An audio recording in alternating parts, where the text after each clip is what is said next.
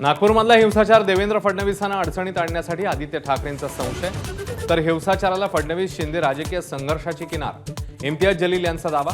माझा महाराष्ट्र माझं व्हिजनमध्ये मोठं वक्तव्य. नागपूर हिंसाचाराचा मास्टरमाइंड मालेगावचा एबीपी माझाच्या व्हिजन कार्यक्रमामध्ये मुख्यमंत्र्यांची माहिती. सोशल मीडियाच्या पोस्ट ट्रॅक करण्यात कमी पडल्याची ही कबुली. नागपुरातील संचारबंदीमध्ये पुन्हा बदल. 6 भागातील शिथिलता रद्द करून पुन्हा पूर्णवेळ संचारबंदी. शहरातील 11 पैकी 9 भागात संचारबंदी कायम.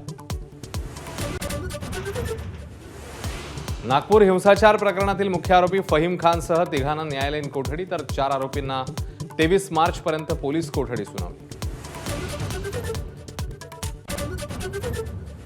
उद्धव ठाकरेंबरोबर युती करणार नाही, मुख्यमंत्री फडणवीसांकडून स्पष्ट, तर महायुती महापालिका निवडणुका एकत्र लढणार असल्याचीही माहिती.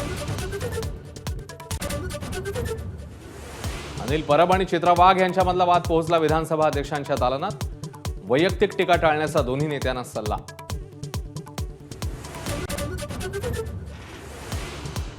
शिवसेनेत प्रवेश करण्यासाठी खुद्द उद्धव ठाकरेंनी मिलिंद नार्वेकरांकडून निरोप पाठवलेला. चित्रा वाघ यांचा गौप्यस्फोट, सुषमा अंधारेंनी केलेल्या वक्तव्यावर उत्तर.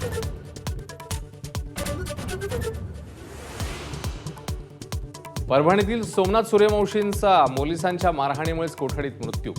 न्यायदंडाधिकाऱ्यांकडून गोपनीय अहवाल सादर. मानवाधिकार आयोगाकडून पोलिसांना नोटीस. सरसंघचालकांना ताब्यात घेण्याचे माजी मुंबई पोलीस आयुक्त परमबीर सिंग यांचे तत्कालीन एटीएस अधिकाऱ्याला आदेश. मालेगाव स्फोटातील आरोपीच्या वकिलाचा कोर्टामध्ये दावा. एबीपी माझा, उघडा डोळे बघा नीट.